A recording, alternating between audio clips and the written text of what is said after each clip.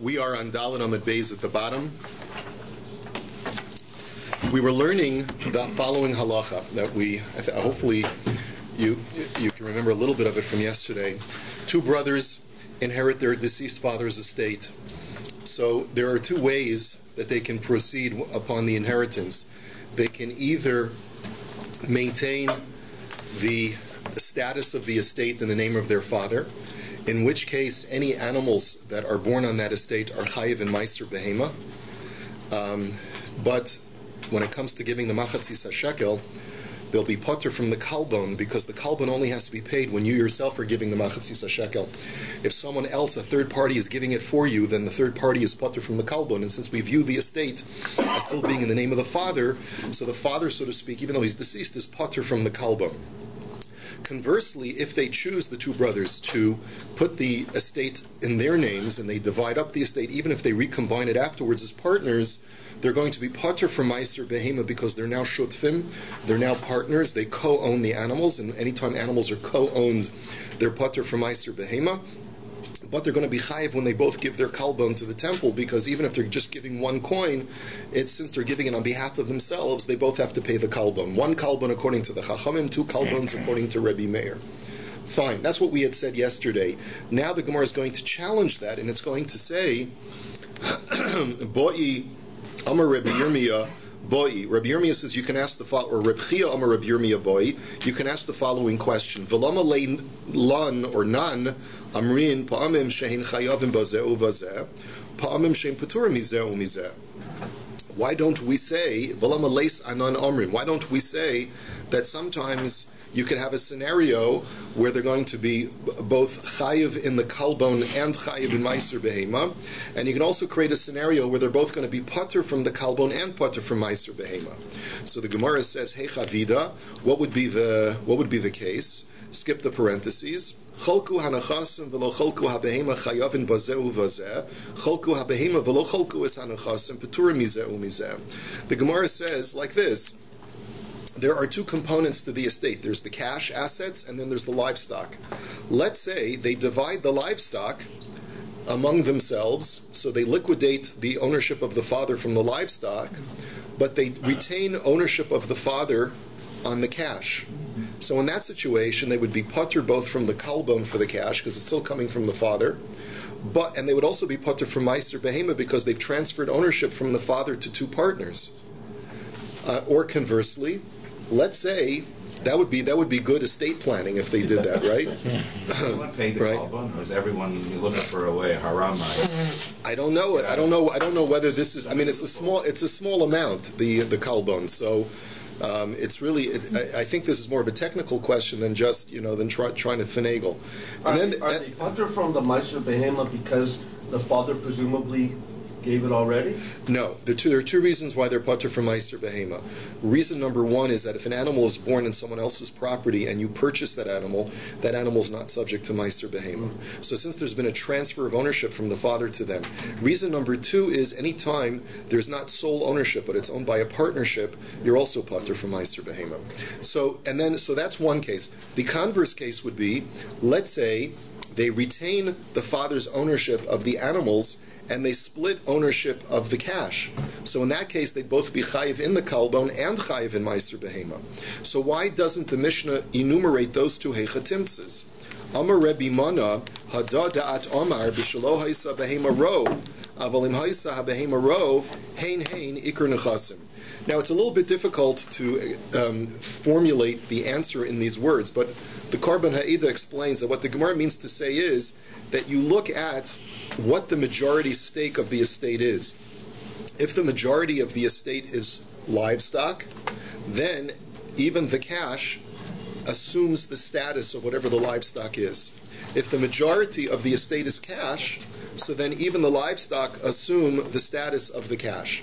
So the way that the Gemara phrases it is that, look, if the majority of the estate is livestock, and if the livestock remains under the father's title, then even if they divvy up the cash is still considered to be under the father's title. And that's why it'll be potter from kelbon even and chayiv in meiser behema. Conversely, if the majority of the estate is cash, then even if they divide the livestock, we still consider it to be under the father's name if they don't divide up the cash, and therefore they'll be potter from kalbon, and they'll be potter from but then they'll be chayiv in meiser behema. When it's the father's estate, the potter from kalbon, are they mekayim the mitzvah machzis shekel? Absolutely, as long as machzis shekel is given for me, either by myself or by someone else, I'm mekayim the mitzvah. You can give it for somebody else too. That's right. Right. Rabbi Abin Amar Rabbi Shami. Boi mipnei sha'asisen ka'adam echad eitzel meiser behema at potro min hakalbon ? But he says, but I don't understand the logic. Just because they're considered to be one entity under the father's name for the animals, because they haven't yet split up the livestock, but lamaisa they've split up the cash, and if they split up the cash, so then why don't you say that they have to pay the kalbon? How can you be so lenient? Even though the livestock is the majority of the estate, but lamaisa they've split the cash. Amar lei lo shanya hi shehu nosein sela echad shalema. The answer is that no, since we physically see that they're taking a coin out of the father's estate that is still intact, and they want to split it among themselves, we view that as retaining the status of the original father's estate, so that even though, in truth, this coin is co-owned by myself and my brother, and it's really not owned by our father, the fact that it is the original coin from our father's estate, and the fact that we're not giving each our own separate machatzis shekel, we view that as part of the father's estate, and therefore we don't have to pay the kalba. So the Gemara says, well, by that argument, me'ata afilu cholku v'chazu v'nishtatvu chayovin b'maiser behema u'peturin min hakalban utaninan chayovin b'kalbun u'peturin mi maiser behema. But by that argument, says the Gemara, then even if they completely split up the entire estate, the livestock and the cash, and then they repartner afterwards, we should still say, listen, physically, the assets are the same assets that were owned by the father, so we should look at it as if it's coming completely from the father's estate, and we should say that it's chayiv in meiser behema and potter from kalbon. And yet we don't say that. We say that they're chayiv in kalbon and potter from meiser behema because lamaisa they split it up. So why should there be any difference? In other words, at the end of the day, if they've split up any component of the estate, we should say that it's as if that it's theirs and it's not the father's anymore. And that seems to be consistent with the Mishnah. So we're still ending off with this question as to why then, just because the majority of the estate is livestock and they haven't split that part, why do you treat the cash which they have split as still being unsplit and in the father's name? So Rabbi Ba b'Shem Abba bar Rav Huna, he shnei achim sheyarshu es avihen, he shnei gisin sheyarshu es chamihen. It's a little bit difficult to understand this answer, but the way the Taklin Chadatin understands the answer is as follows. Basically, the bottom line is that in a scenario where they've completely split the estate, and not only split the minority percentage of the estate, but when they've completely split it, we look at them as if they're not related anymore. And instead of them being two brothers, we look at them as two brothers-in-law who are not related by blood at all, and therefore we say that you're chayiv in kalbon if you're giving the machatzis shekel together from one coin. It's only in a scenario where the majority of the estate is intact that we can say that the minority that was split is still considered to be in the father's names, and we look at them as two brothers. It's very difficult to maneuver this answer in the language of the Gemara and to really make sense of it, but that's the way we're going to leave it. Yeah, so you just said, when did you say that once they divided it, it said the money is like two separate people. It's like any other two partnerships get together, they have to pay the kobo. Well, that's what the Gemara essentially is saying. I know, we look at them the as way two they brothers. worded it, it would have been much simpler worded the other way. Correct. Okay, so it's a very strange verbiage. Now, la'echan hayu hakalbonos noflin. So now the Gemara asks a very general question. This kalbon, someone had asked me yesterday, who gets the kalbon? Was that you, Alan? So this is exactly the Gemara's question. Who gets the kalbon? Where does it go to? So Rabbi Meir Omer Lishkolim. Rabbi Meir says, if you recall yesterday, that he says it's necessary to supplement the machatzis shekel because of the dross that's in the silver. Okay? Rabbi Elazar Omer Linedava. Rabbi Elazar says, no, we don't paskin like Rabbi Meir. And he says that, no, the machatzis shekel that you give your yotzei, the kalbon goes to purchase additional karban korbanos that are gifts to the Mizbeach. Reb Shimon Shizuri Omer, Rikua Zahav Vitzipoi Lebeis Kodesh HaKadoshim. He says that it's used for the upkeep of the Bedek HaBayis, specifically for purchasing upkeep materials for the plating on the Holy of Holies, because the inside of the Holy of Holies was plated with gold. And Ben Azai Omer Shulchanan Hayunot Linosan Bischarin. Ben Azai says what someone had assumed yesterday, which was, if this is a service charge, then who does it go to? It goes to the guy who's providing the service, which is the money changer. And V'yesh Omrim Lahotsoas Derachim, and other people learn that it's to provide for transportation costs. Now, what are transportation costs? There are two explanations. One is the cost of transporting the shkalim from the outside cities to Yerushalayim, and that's really what you're paying for. The extra kalbon is to pay for the person who's going to be transporting the shkalim. Another explanation that's brought by the Takal and Chadatin is that it means the cost of transporting the money changers, because you're going to need a lot more money changers to come to Yerushalayim before the holiday, and they need bus fare. So you're going to pay for their bus fare to get to Yerushalayim, and that's what the kalbon is going for. Let's go weiter. And the Mishnah says in Halacha Aleph, Mitzarfin shkalim ledarkonos mipnei masui haderech, that one thing that, if let's say we live in Haifa, and we want to send our machatzis shekels from Haifa, we want to send it to Yerushalayim. It's a big schlep if we are going to send silver coins from thousands of people to Yerushalayim. So what we're permitted to do is transfer our silver coins onto gold coins, which are called darkons, and therefore it's much lighter. And then when we get to Yerushalayim, I'm presuming that it would be reconverted into machatzis shekels. Perhaps I'm assuming that, but I don't know for sure. Kishem shahayu shofros b'mikdash kachayu shofros b'medina.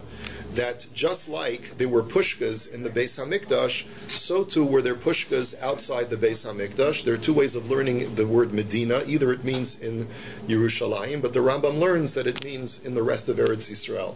Now what this means is that if I live in Haifa and I don't want to have to schlep to Yerushalayim, there was a special pushka that they set up in the town square for people to deposit their machatzis shekel, and when the pushka was full, they would have someone go and bring all the coins to Yerushalayim. B'nei ha'ir sheshalchu es shikleihem v'nignevu o sha'avdu. Next case of the Mishnah. So we send our coins with Yankel Shmerel, okay? Yankel Shmerel is bringing our coins, and Yankel Shmerel is a little bit of a shlamazel. So what happens is the coins get stolen en route, or they get lost en route. He's riding his donkey with the coins, and he turns around, and all of a sudden the bag of coins is missing. So im nitra mahatruma nishpoin legizbarin. So the halacha is as follows: if Yankel Shmerel is still en route by the 1st of Nisan, when the Trumas Halishka is done, so then we learn that, at least according to one opinion, when they do the Trumas Halishka, when they do the scooping of the coins, they do it having in mind that we are scooping on behalf of people who have not yet even brought their coins to Yerushalayim. They are included in this truma, in which case the coins at that moment become the property of the Beis HaMikdash. They become the property, so to speak, of the treasurers of the temple. And therefore, to whom were these coins lost? They were lost to the temple, not lost to the Balabatim who gave the coins. And therefore, if it's already past the 1st of Nisan, the Shliach who lost the coins has to take a Shavua, he has to take an oath to the people of the temple, saying that I was not negligent, and after he takes the Shavua, he's pater. V'imlav nishbon livnei ha'ir, uvnei ha'ir shoklin tachtehen. But if the Trumas Halishka has not yet been performed when these coins are lost, so this shliach has to go back to Haifa. He has to take a shvua to the people of the town that he was not negligent, and then the people of the town have to resubmit a machatzis shekel. So basically, Yankel Shmerel has cost each and every one of us in Haifa another machatzis shekel. We got to pay double. So nimtzu o shehechzirim haganovim. If, let's say, after everyone's paid their second machatzis shekel, Yankel Shmerel finds the coins, or the ganovim come forward. So elu va'elu shoklin ve'ein olin lahem l'shana haba. Then, unfortunately, the people of the town are out of luck. They have to give both coins to the Beis HaMikdash for this year, and they can't say, well, because I've done double, let me forward the extra one for next year. Sorry. Next year is next year. You got 2 shmachatzis shekels, it counts for this year. Or cold bones also. What? Cold bones also? Could be the cold bones as well. Yeah, you have to do it all over again. Presumably. Now, one of the things you have to realize is that it seems like the attitude of Chazal is, we really would prefer if you came to Yerushalayim yourself. And if you're going to use a shaliach, then beware. It's your responsibility, and if he loses it, you're out of luck. That's sort of the attitude that Chazal are having. Right? But yet, if it's Bayach the Nissen, the Yaitse. Right. So because then it already becomes. Now the Gemara is going to clarify this shortly. So now the Gemara, let's go back to the beginning of the Mishnah. The Yasu Osan Margolios. If you're concerned about the heavy weight of transporting silver coins, and that's why you're allowed to convert it to gold coins, why not convert it to pearls? Pearls are even lighter, they're especially valuable, and that way it'll even be easier to transport. So the Gemara answers, Shemetazil hamargolios v'nimtza hahekdesh mafsid. The answer is no. We don't allow you to convert the coins to pearls because pearls fluctuate in value, and therefore the price of pearls by the time the guy gets from Haifa to Yerushalayim could have gone down in value, and therefore it turns out that the Beis HaMikdash is going to end up losing money. Ki ahida tanina and taman, and this is consistent with another brisa which says v'kula niftin bekesev v'shava kesef chutz mishkalim ve'ein podim bekelim, that all hektish items, things that have sanctity, are subject to redemption. And when you use a redemption item, you can redeem it either with coinage or with chattel that has a cash equivalent. Except for shkalim. If you want to redeem the machatzis shekel, you can only take the silver half shekel coins and redeem them onto other coins. You cannot use chattel utensils, and the question is, why not? So Rav Shmuel had said that the reason is because we don't want the Beis HaMikdash to lose money, and therefore anything that's going to be given to the temple you have to redeem with coinage so that you don't risk the fluctuation in value to the loss of the Beis HaMikdash.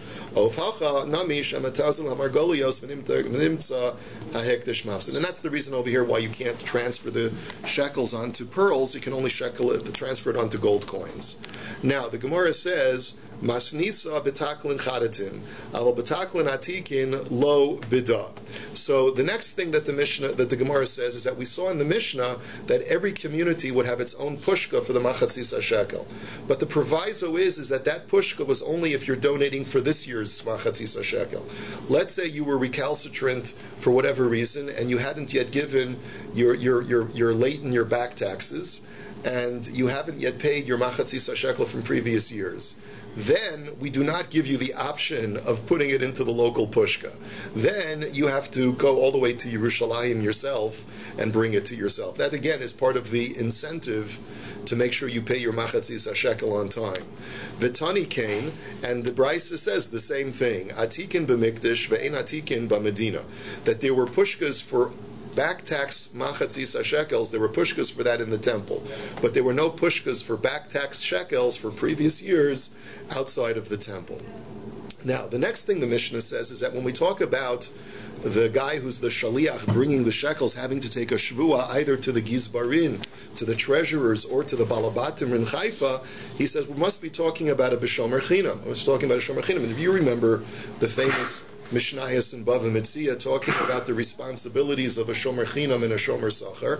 A shomer chinam is chayav for pshia, is chayav for negligence, but he's pater from geneva vaveda. He's exempt if there was loss or theft. So, therefore, he can get away by taking a shvua. Aval b'shomer sachar lo bida. But if he's a shomer sachar who's going to be chayav for geneva vaveda, then even if he wants to swear that it was stolen, that's not going to help. He's still going to be liable. So Amar Rabbi Abba, no. Va'afilu temer b'shomer sachar nignevu b'lista mezuyan avdu kamo shetavas finasa b'yam. You could argue that the Mishnah is also talking about a shomer sachar, meaning a guy who's getting paid for his transportation services. Why? Because there are cases where a shomer sachar can take a shvua and exempt himself if there was a case of ones. What are examples of ones, of complete beyond his control, where there was nothing that he could have done to avert the loss? if, let's say, a bunch of Ganovim stopped him on the road with AK-47s. In that situation, right, you know there were AK-47s in the time of the Yerushalmi. So in that situation, there would be no way, there's no way for the guy to prevent the theft, and therefore he's even a Shomer Sachar can take a Shvuah to be pater. Or alternatively, he's on a very sound and secure boat, like the Titanic, and it sinks. So in that situation also, that's what we would call an oines, because he took all the proper precautions. Okay. Amar Rebbe Yusti Rebbe Simon Asya Kamanda Amar Torman al Hagavoy ve'al ha'asid legabos. He says you have to say that our Mishnah, which differentiates between whether the loss took place before the 1st of Nisan or after the 1st of Nisan, it must be going according to the opinion that says that when they take the truma, when they scoop up the coins on the 1st of Nisan, they have in mind that they're doing it on behalf of people whose shekels have not yet arrived. But if you hold like there's another Manda Omar who says that no, when on the 1st of Nisan they only scoop up the coins on behalf of people whose coins have already arrived. But but remember we learned previously they would do additional scoops on before Shavuos and before Sukkos. According to that opinion, it was done for the people whose coins had not yet arrived, and so therefore, according to that opinion, it always is considered to be the mammon of the balabatim still, and according to that opinion, the shomer, the shaliach, the delivery guy, would always have to take a shvua to the balabatim, regardless of whether the loss took place before the 1st of Nisan or after the 1st of Nisan. Now, next, b'nei ha'ir sheshalchu eshikleihem, if the city folks send their coins with a shaliach and it gets stolen or lost the bag, Amar Rabbi Elazar de Reb Shimon he. So this must go according to Reb Shimon, because we have a big machlokas between the Chachamim and Reb Shimon. The Reb Shimon Omer Kadshem Shu Chayiv Ba'achriyuson Kenachasin He. So just a little bit of background. Normally we say that Ein Nishboyin Al Hehekdeshos. If money is already temple property and there's loss on behalf of a shomer of that temple property, there's a special halacha that midioraisa, this person never has to take a shvuas hashomrim in order to exempt himself.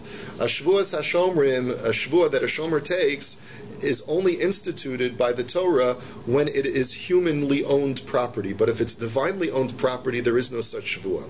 So you have to say that even though we of Haifa have already declared this mamon hektish, but since we're responsible to make sure that it gets to the temple, even though it has the status of hektish, it's still considered to be ours. And that's according to the Chachamim, who say that as long as you have the responsibility for it, the financial responsibility for it, it's considered yours. But according to Reb Shimon, that's according to Reb Shimon.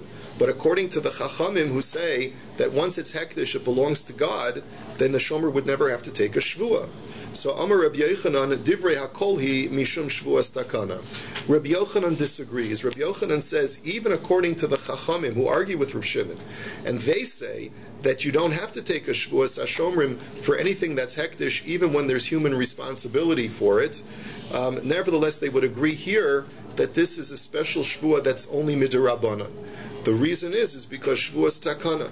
The Chachamim made a Takana to make sure that people would be careful with their machatzis shekel, and that the shaliach who's transporting it would also be careful. And therefore they said that if you end up losing them, we want to make sure that you're on the up and up, and we're going to force you to take a shvuah. Midioraisa, you're taka pater, because it's already hektish, it's already owned by God.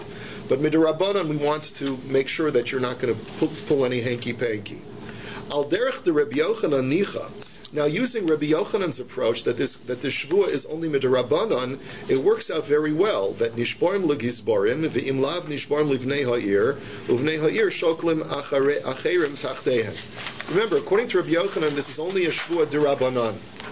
And therefore it makes sense why, regardless of whether it's considered to be owned by the temple because it's after the 1st of Nisan, or owned by the Balabatim because it's before the 1st of Nisan, in either situation it makes sense this is a rabbinically ordained Shavuah, and since it's rabbinically ordained, the Shliach would have to take the Shavuah in either case. Mishum Shavuos Takana, Elul Rebbe Elazar, Nishboin Livnei Ha'ir, Hadahi de Reb Shimon. But Nishborim legizborim, gizborim maya vidatayu. So the Gemara questions this and says, I can understand, according to Reb Elazar, who's quoting saying that this goes according to Reb Shimon. I can understand why the shliach would have to take a shvua if the loss took place before the 1st of Nisan, because since the balabatim are financially responsible, he has to take a shvua to them. But why, if the loss takes place after the 1st of Nisan, does he have to take a shvua to the Gizborim? The Gizborim have no financial responsibility. If the whole purpose of the shvua is that you have to take a shvua to he who is financially responsible, because it's considered to be owned by that person, well, the Gizbarim, the treasurers of the temple, are not financially responsible for that machatzis shekel to arrive. So why, according to Reb Shimon, would the shaliach have to take a shvua to the Gizbarim? It makes no sense. So the Gemara answers, you're right. Nishboyim livnei ha'ir b'mamad Gizbarim ki heichi delo lach shedinhu. The answer is that in reality, according to the way Rabbi Elazar is learning the Mishnah, which is like Reb Shimon, really you don't have to take a shvua to the Gizbarim, but rather you have to take a shvua to the Bnei Ha'ir, to the members of the city, that Yutaka did not do an act of Pshia, but it also has to be in the presence of the Gizbarim, so that the Gizbarim do not suspect that perhaps there was any collusion between the Balabatim and the Shaliach to exempt them from having to bring their Machatzis shekel. That's the reason for taking the shvua, and like the Karban Ha'ida explains, that the purpose of this shavua is not to require anyone to pay another machatzis shekel, but rather the purpose of the shavua is to enable the guy who's the delivery guy to get compensated for his delivery, because there really is no need for a shavua. There's no need for a shvua at this point, because once it belongs to the temple, you don't have to take a shvua to. Maybe you pocketed it. Yeah, but still, there's no shvua if it belongs to hektish. That's a special gzeras hakosov. So if there's no shvua, then what's the purpose of taking a shvua here? So the Korban Eidah learns the purpose of the shvua is so that he can collect his fee for delivery from the people of the city, and the only way that we allow him to do that is we require him to take a shvua to make sure that there's no hanky-panky here. Inami delo nashvu lahu poshim.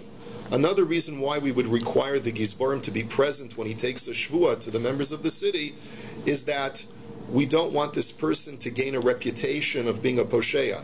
He may be interested in taking the shvua himself, because he's a professional delivery man, and he doesn't want to get a bad reputation, like they'll rate him on one of those online rating sites, and they'll say that he did a lousy job. Shidduchim. Right? Shidduchim, right. So once he takes the shvua publicly, this will clear his name. And that's true, therefore, that even if the members of the city, who are technically exempt from giving another machatzis shekel because it's already considered owned by the temple, even if they volunteer, will give another machatzis shekel, we still give this man the responsibility of taking a shvua. Why? Because we want to clear his name, or we want to make sure that he wasn't corrupt. Next, Hifri Shiklo va'avad. Totally separate shaila. Person sets aside his machatzis shekel, and he's planning himself to bring it to Yerushalayim. He set it aside, declared it to be hektish, and then it got lost. So Rabbi Yochanan Amar Chayef ba'achrayusu ad shim serenu legizbar. Rabbi Yochanan says, quite logically, that you're responsible to make sure that that coin gets to the temple, and if you lose it, you have to replace it. It's only once it gets into the hands of the treasury that you're pater. Rabbi Shimon ben Lakish Omer Hikdish Birshus Hagavoah B'chol Makom Shehu. And Reish Lakish disagrees, and he says that no, as long as you were makdish it belongs to God as soon as you declare it to be hektish, and therefore you've fulfilled your responsibility. Even if it gets lost before reaching the temple, you don't have to give another machatzis shekel. Masnisa pligal Reb Shimon ben Lakish. But our Mishnah seems to go against Reish Lakish. Why? Because it says Nishbon livnei ha'ir of ha'ir shoklim tachtehem. That according to our Mishnah, if it gets lost while it's en route to the temple, the members of the city have to re-give the machatzis shekel. And according to Reish Lakish, once they declared it to be machatzis shekel, they should be pater. So the Gemara says, Lo odhi mishum shavuos, or Lo odhi mishum shavuos takana. I think that's the way you read it. And the Gemara says, no, it's not a kasha on Reish Lakish, because this too is part of this Shavuos takana. This is all part of the takana that the rabbis made. Not only do we require this rabbinic oath when a guy loses his shkalim, but we also require the members of the city to re-give their machatzis shekel, even though technically they're not chayiv in the achrayas. And that too, again, this is why I told you, it seems that the attitude of the Chazal is that we would much rather you bring the machatzis shekel yourself to Yerushalayim, and if you don't, realize that you're going to be the responsible party. So tani harishonim noflim lataklin chadatin, v'hashniyim noflim lataklin atikin. Now we're going to learn later on in the Mishnayos and Shkalim, that there are multiple pushkas in the temple. There's one pushka for where the machatzis shekel goes, but there's also a pushka for old coins. What it means, old coins means that if you are paying your machatzis shekel from back years, we use those coins not for the communal karbanos of this year, but rather we purchase gift offerings for the temple. Okay? And so we use those coins, but we just don't use it for the important karbanos that are the obligatory karbanos for the tzibur. So the question is, in a scenario where the shliach lost the coins and everyone from Haifa gave a second set of coins, and then we found the original coins, what do we do with the double machas shekel? Only one of those shekel coins is going to be used for the community karbanos for this year. And so the other ones will go for nedava karbanos, will go for gift karbanos. So which ones are which? So the Brisa says the first coins go for the karbanos of this year, and the second coins go in the old pushka for gift karbanos. So Eluhein Harishonim ve'Eluhein Hashniyim. So the question now is, what does the word first coins mean, and what does the word second coins mean? So Rav Pinchas be Rav Chia Rabbi Chananya ve'Rabbi Abba Mori Chad Omar Elu Shesholchu b'nei Ha'ir Techila. So it's a machlokes. One Mando Amar says, whichever coins were collected first are called the first coins. So the first coins that the people collected that were lost, those are the ones that are used for this year's machatzis shekel for karbanos tzibur. And the coins that they gave a second time because they thought the first coins were lost, those go to the old pushkas for gift karbanos. But the Charana Amar Elu Shigiu Lidei Gizbarin Techila. The other one says no, just the opposite. Whichever machatzis shekel coins reach the treasury first. So if the second coins that they gave were brought to the treasury first, and only afterwards they found the original coins, it's the second coins that are used for the karbanos tzibur for this year, and the original coins are used for gift karbanos and put in the old pushka. Let's go on to the next Mishnah. The Mishnah says, "Hanosein shkalo lechavero lishkol al yado v'shaklo al yedei atzmo." So here you have a guy who's really, you think he's your friend, but he's really not your friend. Mendel comes over to me and he says, do me a favor, Rabbi. He says, here's my machatzis shekel. You're going to be in Yerushalayim anyway. Do me a favor, just put it in the pushka for me. I say, sure, Mendel, no problem. So I take Mendel's coin and I take it for myself. And I give it as my machatzis shekel. So that's really pretty dastardly when you think about it. So im nitruma hatruma mo'al, as soon as they do the trumas halishka, and basically I've exploited Mendel's hektish, so I've done an act of me'ila. I've violated hektish property for personal use, and therefore I'm going to have to bring a carbon me'ila. It would seem like that way. Next, hashokel shiklo min hektish v'nitruma hatruma v'karva habehema mo'al. Next thing is that let's say I have a coin of my own that I've already previously declared to be hektish, and I take that hektish coin and I use it as my machatzis shekel. That also is an act of me'ila. I'm taking something that's already hektish and using it for personal use for my machatzis shekel obligation. So there, you have to wait not only for the trumas halishka, but you have to actually wait until the truma is taken and the animal is purchased and brought on the altar. Then, because I've benefited from that animal being brought as a korban using my coin, I've done an act of me'ila and I'm going to be liable. Why there's a difference between the Reish and the Sefer we'll see momentarily. Mimaiser sheni umidmei shavias ye'ochel kenegdan. If I've taken a Meiser Sheni coin, meaning that a coin that was used to redeem Meiser Sheni produce, which also has Kedusha on it, or money that was used as proceeds for the sale of Shemitah produce. So the coin has Kedushas Shemitah on it, and I use that coin for my machatzis shekel, then I can remedy the situation by doing this act of achila, which the Gemara will explain what that means momentarily. So the Gemara now says, Hashokel chule, that if I take Mendel's coin and I give it for my own machatzis shekel, so I'm liable for me'ila once they do the trumas halishka. So anon taninan im karva habehema v'tani devei Rebbe im nitruma hatruma. We have two different versions of this halacha. It's in our Mishnah. It appears as once the trumas halishka is done, even before the animal is purchased and brought as a korban. But there's another version or another brisa which says that you're only going to be liable once the animal is purchased and brought as a korban. So how do you reconcile it? So the answer is that there's two different opinions. And by the way, the Korban Ha'ida also points out that that's how you would, the way to reconcile the Reisha and the Seifa of our Mishnah, the Reisha says that it's all you need to do is Trumas Halishka in order to be liable for Me'ila. And the Seifa says when I use my own Hektish coin, I have to actually, the korban has to be brought, the animal has to be brought as a korban before I do an act of Me'ila. He says it's not a stira, says the Korban Ha'ida. The Reisha also is talking about when the animal was brought as a korban, and it was just relying on the statement that would be said explicitly in the Seifa. So both the Reish and the Seifa, according to the Korban Ha'ida, are both saying that the animal has to be brought as a korban before the violator is liable for Me'ila. But the question is, why is there one brisa that says that you commit Me'ila immediately upon Trumas Halishka, and another brisa that says, or our Mishnah that says, that you're not liable for Me'ila until the animal is actually brought as a korban? The answer is, Man Tana im Nitruma Hatruma, Reb Shimon he, da Amar Reb Shimon, Miyad Haya Mekabel Ma'osav, V'hakohanim Zrizin he. The answer is that there's a machlokes elsewhere in the Gemara regarding a person who accepts upon himself contracts with the Beis HaMikdash to sell the Beis HaMikdash animals for karbanos. He's a contractor, he sells behemoths to the Beis HaMikdash.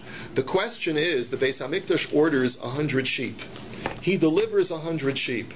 At what point is he entitled to compensation?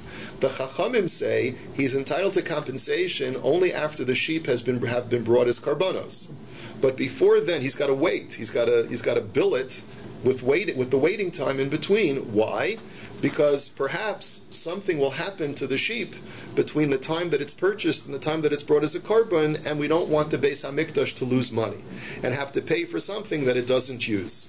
However, Reb Shimon argues, and Reb Shimon says that Kohanim are Zrizim. You don't have to worry that anything will happen. Once it comes into the possession of the custodians of the temple, the Kohanim, you can rest assured that they're going to make sure that the animals are going to be fine, that nothing will happen to them, and therefore the guy is entitled to compensation right away. So the version of the Mishnah, or the Brisa, which says that you commit an act of Me'ila immediately upon the Trumas Halishka, is going like Reb Shimon, who says that once the money has been collected, just like once the sheep have been delivered, that's considered to be a done deal. That the Beis HaMikdash is almost as if immediately the animal is being brought as a korban. But the version that says that you have to wait until the animal is brought as a korban to be considered to do an act of Me'ila goes like the Chachamim, who say you have to wait and see what's going to happen. Okay, now the Gemara asks us another question. V'kasha, ilu hagonev olaso shel chavero ushechato stam lo l'shem ba'olam harishona mechaperes? Question mark. I don't understand. Let's go to the case of where I took Mendel's coin and I gave it as my machatzis shekel. Listen, says the Gemara, if I take someone else's animal that my friend, if Mendel had an animal that he designated as an ola, and I deliver it to the Beis HaMikdash and tell the Kohen, this is my ola, and the Kohen just brings it as a korban ola without any other things designated in mind, will it not be attributed to Mendel? After all, it's Mendel's korban. So why would I think that just because I put the coin in the pushka, that Mendel is not credited with it? So the question really is, what me'ila did I do? Mendel's machatzis shekel was delivered. He's the one that was yotze. It wasn't me. So the Gemara answer is, Amar Reb Yudan tipoter b'mesuyam mishal beis Rabin Gamliel shahaya miskaven v'doch b'lesocha kupa. So the Gemara answers like this, that we're talking about a case where I, who took Mendel's coin, I did it in such a conspicuous way when I delivered the coin to the Beis HaMikdash, and I told the people in the Beis HaMikdash, use my coin for the Trumas Halishka.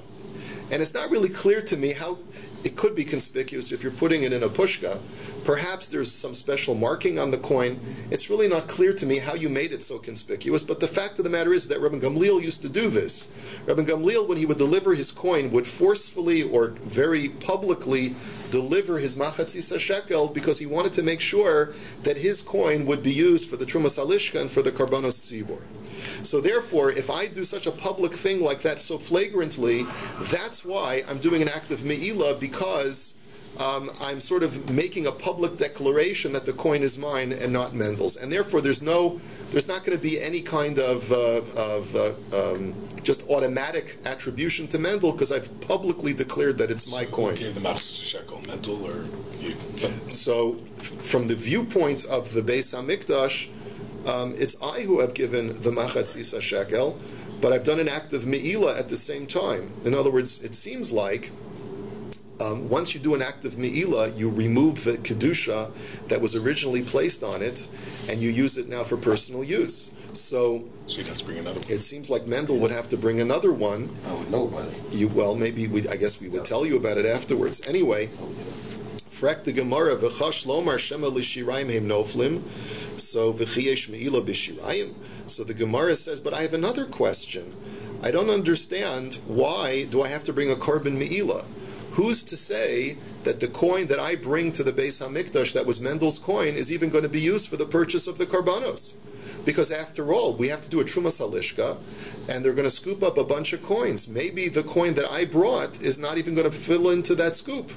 Maybe it's not even going to be used. So the Gemara says, Elaka Reb Meir, de Reb Meir Omer, Mo'elan B'shirayim. So the Gemara says, are you going to suggest that this Mishnah goes according to Reb Meir, who uniquely says that even the shiraim, even the leftover coins that are not part of the Trumas Halishka are subject to me'ilah? So the Gemara says, no, Odhi b'misuyim shel beis Rabban Gamliel shayim miskavin v'tar malishmo.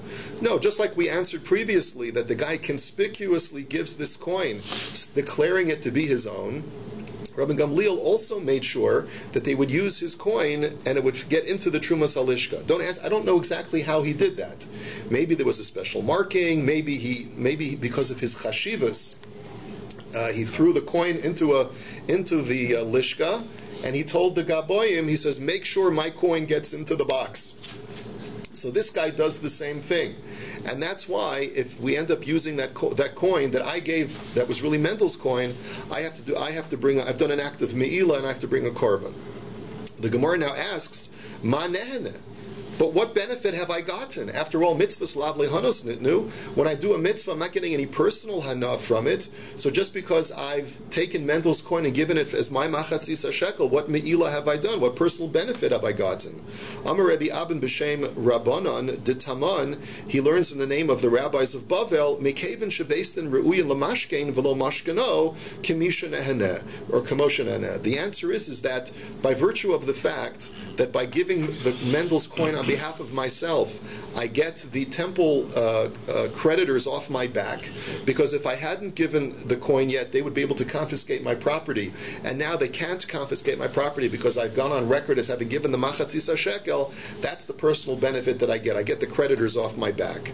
Now, finally, the last part of the Mishnah had said, mi meiser sheni, that if I use a coin that already has the kedusha of meiser sheni or shmita on it, and I use it as my machatzis shekel, what's the remedy? So the answer, first of all, we know that this is illicit. You're not allowed to do this, because the pasuk says, "Ach b'chor shor asher yivukar l'Hashem b'vehema lo yakdish ish oso." That anything which has already a pre-existent holiness, like a b'chor, may not be sanctified for the temple. So we learn from that pasuk, "Kol shehu kodesh ein kedusha chala alav." That if something has previous or prior kedusha on it, you cannot be makdish it for some other kedusha purpose. I can't take something that has meiser sheni kedusha and be makdish it as my machatzis shekel. So what am I supposed to do? So Ketzad hu osa, the Mishnah had said, Ye ochel or yoichal Kinegdan. What does that mean? Maybe Sela Shel Chulin. What I do is I take a regular Chulin coin, Va'omer, and I say as follows. After I've already put the Machatzis HaShekel coin, that's Meiser Sheni coin, into the pushka, I say as follows. Meiser Sheni B'chol Makom Shehein, Yehu Mechulolin Al Sela Zu, Va'oso Sela Nitfas L'Shem Meiser Sheni V'Ashar Nasu Shkolim. What I do is as follows. I say that Meiser Sheni coin that is now in the Machatzis HaShekel pushka, I want the Kedusha of that Meiser Sheni to go now to be transferred onto this coin, and the coin therefore that is in the pushka is exclusively now the Machatzis HaShekel coin without the Kedusha of Meiser Sheni on it, and then I bring this coin up to Yerushalayim. Have a wonderful day, everyone.